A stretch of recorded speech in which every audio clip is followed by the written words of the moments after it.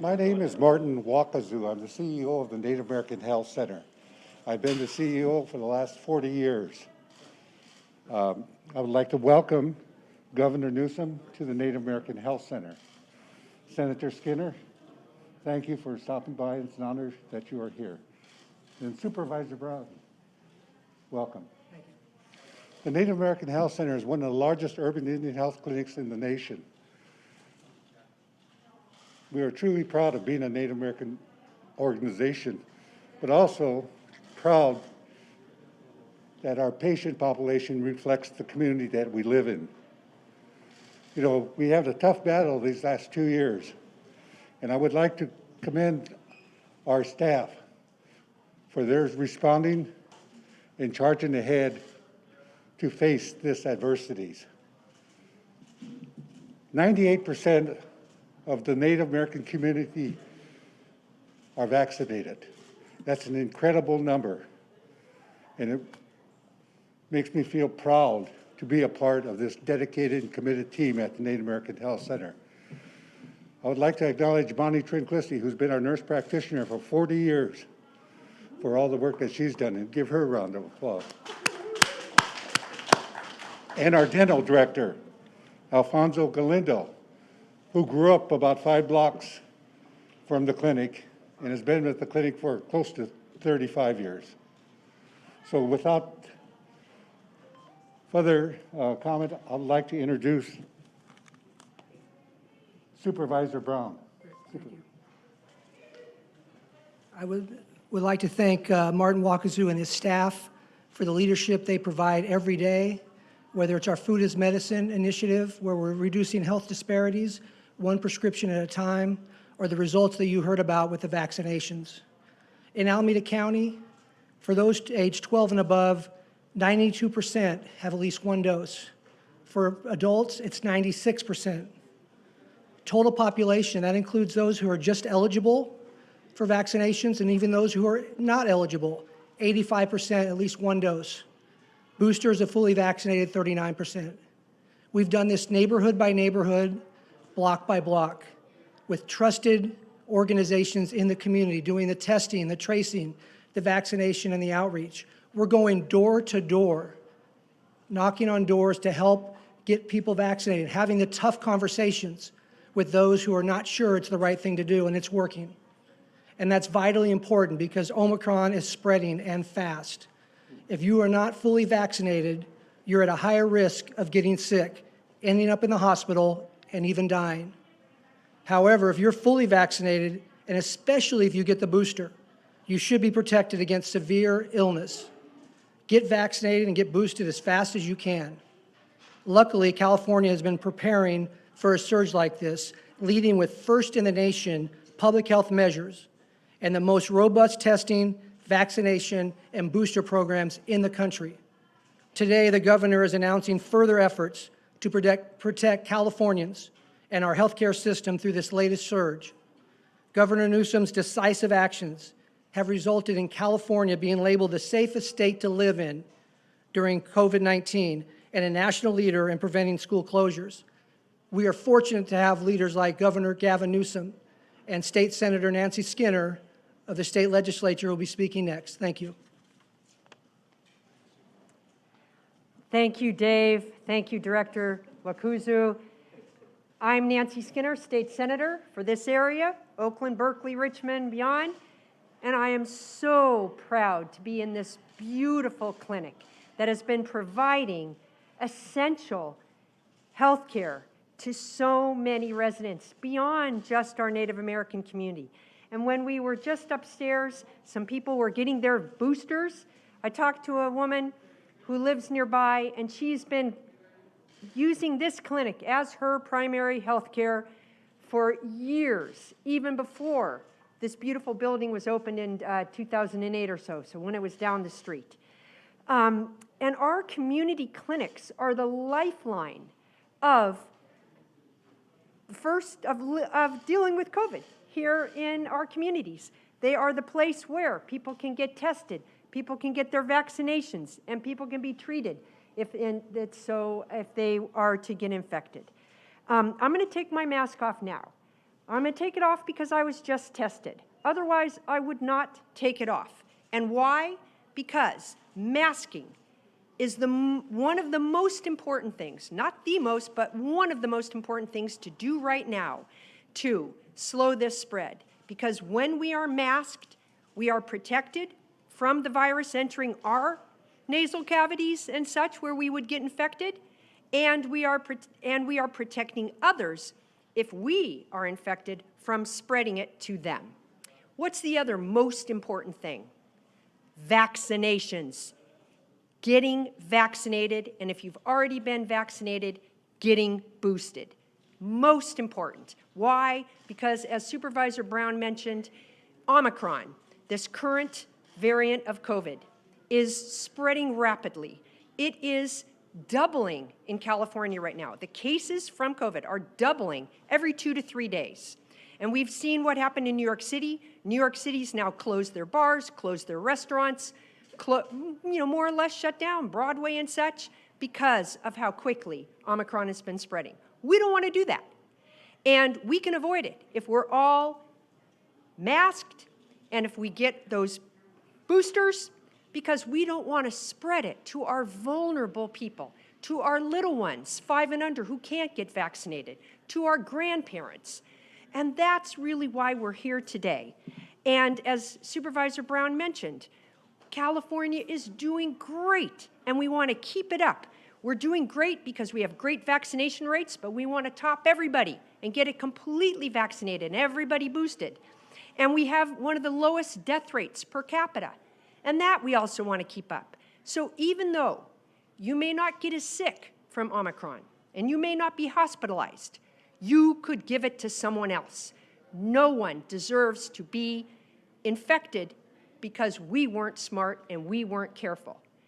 And now I am so proud to be able to introduce the great governor of California, Governor Gavin Newsom, and the reason that California is this safest state, and the reason that we have these high vaccination rates, and the reason that we've had these low death rates, and we've kept our schools open, is the leadership of the governor, making things like testing available, making vaccinations available everywhere, and spreading the word for the necessity, and doing the right things like requiring masking now, and various other things. So, Governor Newsom, I'm so happy to be your partner, and I'm so happy you're here. I appreciate that, Senator. Thank you for the generous introduction. And Supervisor, it's good to be with you. And to Martin, it's always special to be with you. The Wakazu family means a great deal to me. Anyone that's followed a little bit of my time in public service knows how close Helen and I were, who passed away a number of years ago. And she was a remarkable mentor. And she really led me on a pathway of discovery around drug policy reform when I was very, very young. And I'll never forget the time I spent with her, but moreover, I'm just so proud that she put me on that path and proud that she lives on in this remarkable clinic, this community, and through your extraordinary work, Martin. So thank you for the privilege of allowing us here today. With that in mind, I want to pick up a little bit on what the supervisor said and what our senator said, and that is California continues to lead. As of today, we have the lowest positivity rate in America, 3.3%. As of today, you look at the 7-day case rate, we have the 6th lowest 7-day case rate in America. We continue to lead the nation in terms of administered doses of vaccine, and we continue to do more than most other states in promoting not only the safety and efficacy of our vaccines, but promoting the boosters, which we'll talk about here in a moment, and promoting the critical nature and importance of getting those, particularly 5 and 11, vaccinated as well, so we can continue our nation-leading efforts to keep our kids safely in person in school for the rest of the school year. More on that as well in a moment. That said, we are here mindful of what's occurring not just in the state of California, across this country, but around the rest of the globe, and that's this new variant. It is not lost on me that it was just a few weeks ago that Dr. Galley, who's here, and I were in Winton, California, in the Central Valley, announcing the first identified Omicron variant case in the nation. here we are now, 48 states. Let's disabuse ourselves. All 50 states have the variant, 48 that are publicly described as having it, 191 individuals, just 191 individuals formally we have identified with the variant in this state, but we know what you know, and that is the ubiquity of this variant is now taking over the Delta and presents itself all across this state and this nation. How do we know that? It's not just anecdotal. We know that because we trace and track the variant, notably through wastewater assessments that are done every day. Those assessments and that tracking, including the genomics that is done, second to none in this state compared to any other state, we now are tracking well north of 50% of all of the sequenced genomes identifying themselves as Omicron. In fact, tomorrow we will come out with an updated number, a bit of a preview Thursday. When we update that number, you noted that 73% have been identified across this nation. We have conservatively identified over 50%. We know it's well north of that, and that will be disclosed tomorrow when that data is put together in aggregate form and will be shared publicly. We're here as well, as the supervisor noted and the senator noted, because we've seen a significant increase in the number of identified cases of COVID. I'll put it in perspective. That's rather simple to understand. This time last week, we were at 2.3% positivity. Today, we're at 3.3% positivity. They may not seem significant, but in percentage terms, that's a big increase in just 1 week. Last week, we had 5,400 cases identified. Today, just shy of 11,000 cases of COVID identified. So almost a doubling of cases in 1 week, and a positivity rate that increased substantially from 2.3 to 3.3%. So you can do the math on this and get a sense of the challenge that we all face here in the state, country, and around the rest of the world. We continue to believe in the absence of contrary data, though there is some conflicting data, that not only is the Omicron variant more transmissible, but it seems for those that have been vaccinated, and particularly those that have been boosted, to be substantially less severe than the Delta variant. But the caveat is for those that have been vaccinated, and in particular those that have been boosted. And so our goal is to continue to get people vaccinated. The most important shot remains that first shot, and then the most important shot for those that have received at least the J&J vaccine or 2 doses of the Pfizer or Moderna is to get boosted. It is increasingly clear, though it's not formalized, and we are not at this stage formalizing it in the state of California, that the full dosing is a 3rd dose. And that's why the booster is so important, and we're here to promote our boosting efforts here in the state of California. 8.7 million Californians have received at least a dose of a booster. We need to increase that number if we're going to hold the line and decrease the growth for hospitals and our ICUs. We're roughly about 3,600, just shy of 3,600 people hospitalized today. I'll remind you that January 6th of last year, or rather this year, we had just shy of 22,000 people hospitalized. 22,000, roughly 3,600 within a period of just a few weeks of where we're standing today compared to last year. So we're holding strong, mindful, though, of these growth rates and these trends. And so we can't take anything for granted. And we're here to promote not just boosters, promote new strategies, 3 specifically that we wanted to discuss briefly here today. Number 1, nothing more important when we're experiencing a surge in growth of case rates than protecting our frontline heroes and employees. And that's why we led as the first state in the nation to require all healthcare workers to be vaccinated. And we're really proud of those partnerships, our providers, remarkable support we received from organized labor as well as community clinics, not just our hospitals, that supported that effort. And that led to extraordinarily high vaccination rates for our healthcare workers, kept staff working, kept the morale strong, kept their immunity strong. But we recognize now that just being vaccinated, fully vaccinated, is not enough with this new variant, and we believe it's important to extend this requirement to getting that third dose, to getting boosted. And so we are formalizing that. February 1st is the deadline to get that done. And I again want to just thank all our partners. We worked hard to get feedback and to organize this framework for their broad support in this space. I think it is a smart move. I think it's the wise move in this context that we need to make sure we don't have staffing shortages. We need to keep all of you healthy and safe. And again, the best way to do that is to get boosted. By the way, for those that wondered why we put out an executive order a few weeks ago, we did it in anticipation of this moment. We created some waivers, some flexibilities for our hospital system and our provider network, some decompression strategies, but we also allowed for contracted staff. We have 1,700 contracted staff in the state of California already to prepare for this increase. We have 500 more individuals that we have secured that are not yet into the state of California, and they're supporting 120 providers in the state. That was one of the purposes of extending that executive order. Again, all in an effort to prepare, not react, but to prepare for the moment we're in and the moments that present themselves in the very near future. We also believe that our most important agenda must be to continue our nation-leading efforts to keep our kids in school.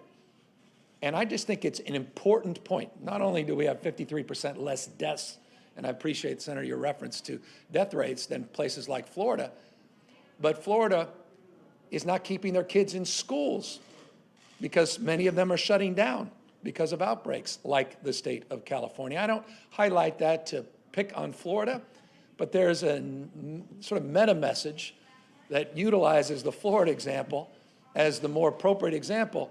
But if you believe that deaths matter, you believe that pediatric hospitalizations are of concern, and you believe that shutting down schools is suboptimal, then you may want to look at the approach states like California have taken. And that's why I was very pleased that we put out a statement today from all of our school partners, from superintendents to teachers, to those representing our janitors, our bus drivers, unanimously came out with a statement today affirming our commitment to keep our kids in person instruction and to keep our schools open.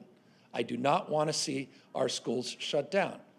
And I'm very grateful that all of our partners in education put out a statement amplifying that message. So let there be no doubt that is our commitment, that is our priority, and in order to advance that priority, we are committing to the second point that I wanted to highlight of the three today, and that is after our kids have enjoyed the holidays with family, friends, safely, we hope, traveling in many cases, we want to make sure they come back in as good a shape as they left, meaning we want to make sure that we are testing our kids and preparing them to come back in-person instruction. And so we'll be sending out, we are ordering 6 million tests, no charge, and we're going to be sending those out to our partners all up and down the state to allow for priority access for at least 1 to 2 tests before our kids come back into school, so they have access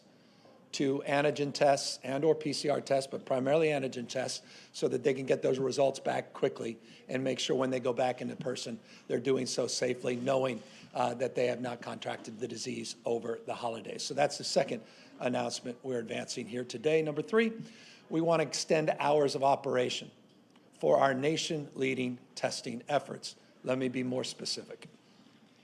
Based upon the federal government's own assessment, 20 or so thousand testing sites exist in the United States. We know for a fact California has 6,288, which puts us a little over 30% of all of America's testing sites are operational here in the state of California. That's why you're not seeing the long lines necessarily in around blocks like other cities and states, because we have access that's quite ubiquitous. In fact, we've been able to determine that 90% of Californians, and remember, this is a state larger than 21 state populations combined, a lot of rural and remote parts of the state, 90% of California residents have access to a testing site that is within 30 minutes of their home, 60% within just 15 minutes of their home. We have 257 OptumServe partners, and we are working with them to extend the hours of operation, to expand them, particularly where there is high demand and there's some bottlenecks. And we're assessing that and working in real time. So we're also looking to expand the hours of operation to provide more access to testing in the state. I noted that we're going to be purchasing 6 million new tests for our kids. That builds on what we've done since August 21st, where the state has procured 12 million tests, providing them to community-based organizations like this, clinics large and small, hospitals, schools, and local health departments in this state. And that's just highlighting the fact, again, we're not reacting to, we've been leaning in on this testing frame. So, look, I recognize, as I've had family members that said, boy, I was just down at the Walgreens and CVS, they were out of the over-the-counter. I reminded them, they go to My Turn, just Google My Turn, you will have a list that is proximate to your home availability for free testing. And you can learn about testing exists here, and testing exists throughout the state of California, if indeed the supply chains at the pharmacies and retail are a little bit behind, that you'll still avail yourself and have the opportunity to access that testing. I just want to remind people of that. And not many, not a lot of us can afford those tests at Walgreens or Safeway and the like. And so, again, My Turn has culturally competent information, many different languages. You can actually access not only locations, but you also can make an appointment on that platform as well. If you need more information, you go to the covid19.ca.gov website. That ca.gov confuses everybody. If you just Google My Turn, I think you'll at least have the access that provides at least baseline information that will help you on the way. So those are the 3 announcements here today. Get that third shot, get that full complement of vaccines for healthcare workers and nursing home staff to make sure that we are prepared to get our kids back in school. 0.3%, by the way, 0.3, that's 0.3% of the nation's school closures, even though we have 12% of the nation's student population. There's been 9,600 schools that have shut down in America, just 32 in the nation's most populous state, because we've led with health. We've led with vaccination efforts, and we're leading with masking, as the senator said, which is so critical as well as the most important non-pharmaceutical intervention we can advance besides common sense in terms of addressing this virus. So again, as I am often prone to be long-winded, forgive me, but this is important to share this information. And I'll just close, as I often do, reflecting back in the last year and a half. The one word is humility. We don't know what we don't know. Humility. Can't be ideological. Must be open to evidence, argument, and be willing to iterate in real time. And so I'm mindful at this moment, with the nation's lowest positivity rates, the 6th lowest case rates, that can change in a matter of days, not just weeks or months. And at the end of the day, nothing we do here at the state or even in Alameda County, which is doing an extraordinary job, matters compared to what you do and the decisions you make at home.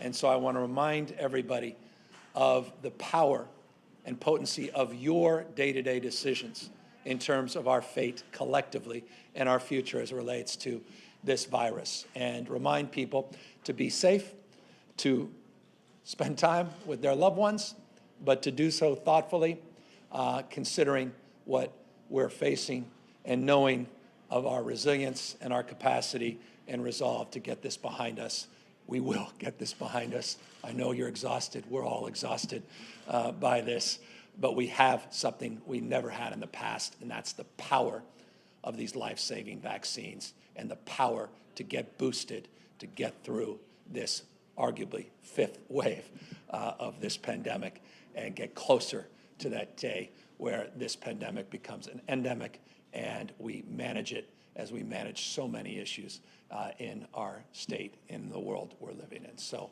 that, we're here to answer any questions.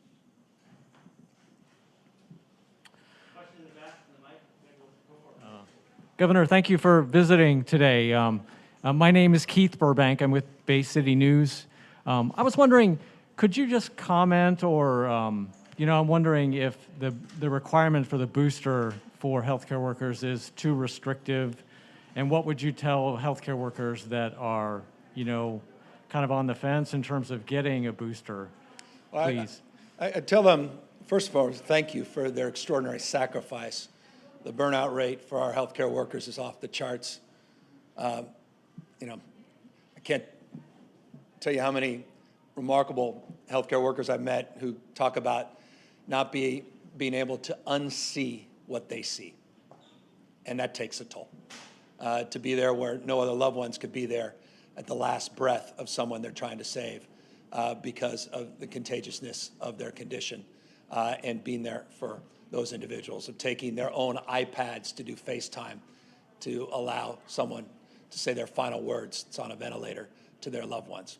And so number one, I'd say thank you. Number two, I also want to extend appreciation for the fact that when we were the first state in the country to require this vaccination mandate, that overwhelming majority of them complied. And as a consequence, we are outperforming in terms of the number of staff, critical staff, that's actually able to continue to do their extraordinary life-saving work every single day, meaning they're not dialing in sick because their immune system has been boosted because of the vaccines. And then finally, I just remind them, let's not run the 90-yard dash. The data is overwhelming, it's clear, evidence is in, 2 doses is great. The booster is a game changer. And that 3rd dose is needed. And no group of workers understands that perhaps more than our frontline healthcare workers. And so I would just ask them to continue to lead by example as they have, and thank them for that example and modeling good behavior. Thank you. Governor Lizzie Mitri with KCRA out of Sacramento. What are you going to do about school districts that say they refuse to require the vaccine of their students, or even school districts like Sacramento City Unified that's requiring it early but has seen really low vaccination rates among its students? Well, I continue work with school districts, large and small. I'm grateful and pleased with the overwhelming majority. I don't consume myself with the exceptions, the extremes. But the overwhelming majority that are not only in compliance, but are working as partners to provide insight and to support accountability and transparency in terms of keeping their kids safe and in person. I'd also remind them that many of these districts that don't like the vaccine mandate, that they require a vaccine, and they are mandated, those same districts and those same leaders, for 10 other vaccinations. And I want to thank them for their high compliance rates for measles, mumps, whooping cough, and other things, and encourage them to consider 11th.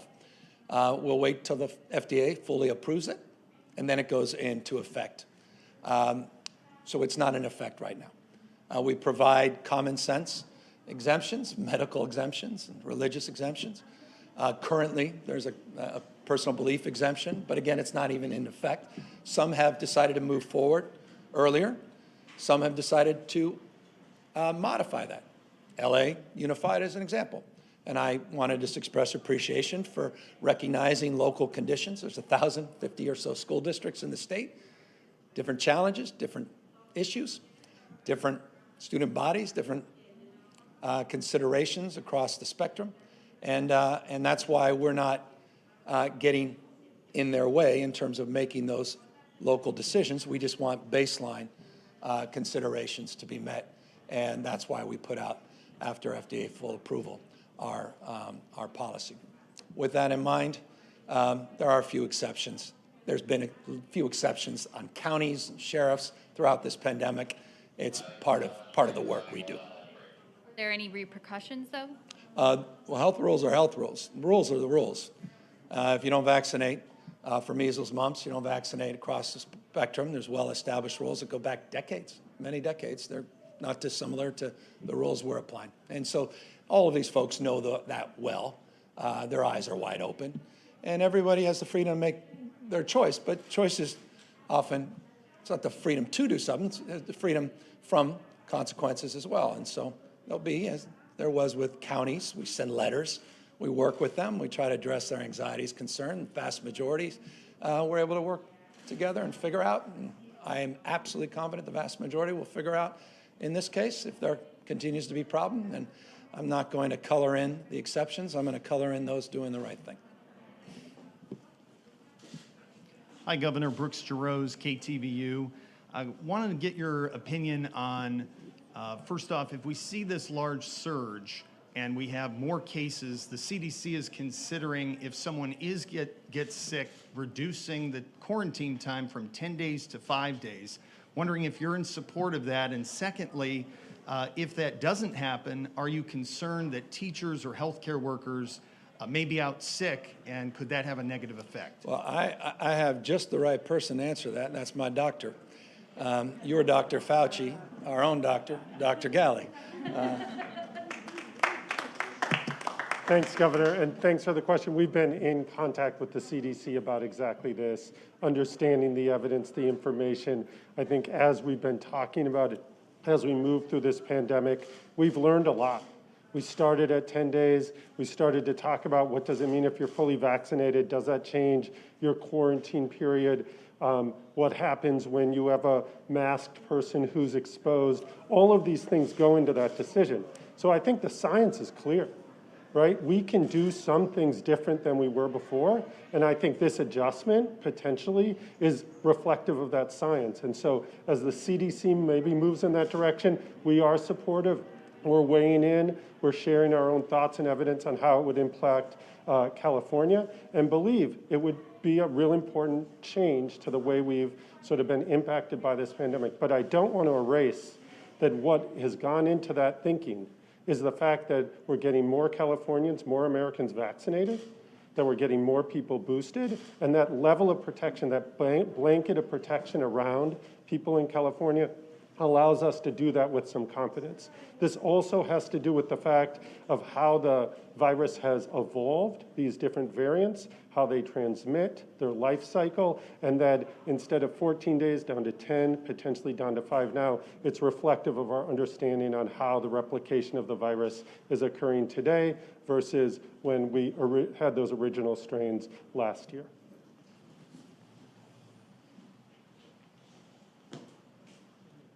This is Victoria Colliver with Politico.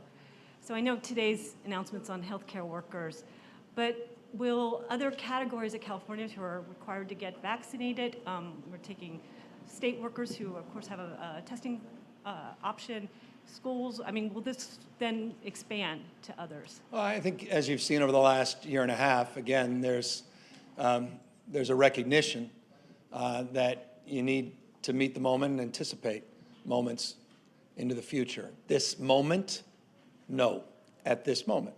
But we game a lot of things out. We have projections as it relates to this variant. We had projections that related to the Delta variant, and as you know, we had over a dozen other variants we were monitoring, including our own homegrown West Coast variants. And so we went through those scenarios, and we will be considerate of subsequent decisions in the future. That said, this moment, focus on our kids. Let's prepare our workforce. That's a concern. Workforce, keeping them healthy and safe, keeping our kids healthy and safe, and see where we go. We continue, you know, we're an employer. We have responsibility. I'm not naive, one of the largest employers, not only in the state, but the country. And I think we're up to 76, not where we need to be. 76% of folks getting tested, 74% being vaccinated. Want to get those numbers up ourselves. So we've got our own work to do in that space. continue to work with all these other rules and regulations with our partners, again, being mindful of changing conditions. So forgive me for being long-winded to say not at this moment. That's a succinct response. And hopefully we won't have to consider that if all of our interventions are successful. Governor Kathy Novak from KCBS, I'm the last question. Do you foresee a time when you'll be able to, or when you will be sending test kits home with school kids more regularly, not just when they're coming back from a break like now? Yeah, I mean, we've been talking to the CDC, the Biden administration. They're 500 million tests. That's a good start. It's a supply issue at the scale that would be necessary to provide the numerical number of tests. But look, we are doing a down payment on that with these 6 million. We hope to get them out, work through the logistics of doing that. That's an issue itself. And I hope we'll get to that point where everybody has access to low-cost antigen tests, the minimum, and low-cost PCR tests with turnaround time within 24 hours, not 36 or 48, as is the case. And we continue to promote those efforts with the Biden administration and our partners, for that matter, around the globe. And Dr. Galley perhaps spent a little more time with you on those conversations, as California is one of the leading states in terms of the research and development and manufacturing of a lot of the components of these tests. And we want to continue to accelerate that inevitability in terms of the ubiquity and access of testing. In the meantime, though, I'll remind people in closing, over 6,288 testing sites do exist in the state of California. About 2,600 of them are PCR, the rest antigen testing sites. We'll be expanding hours for many of these testing sites. If you go to My Turn, you will learn about access and proximity from your home to these free testing sites. Meanwhile, 6 million new tests are being purchased, will be sent out, and to points of access that we're working through logistically to prepare for our kids to come back in person in the now January, what is it? I mean, I could call it fall, but we're in the fall season, and continue our efforts to keep our kids in school. Again, I cannot impress upon you more how important it is to keep our schools open and how important it is to get our kids tested, vaccinated, and continuing our mask requirements in order to do so sustainably. Thank you all very much for your time and attention. Again, Martin, thanks for having us here today.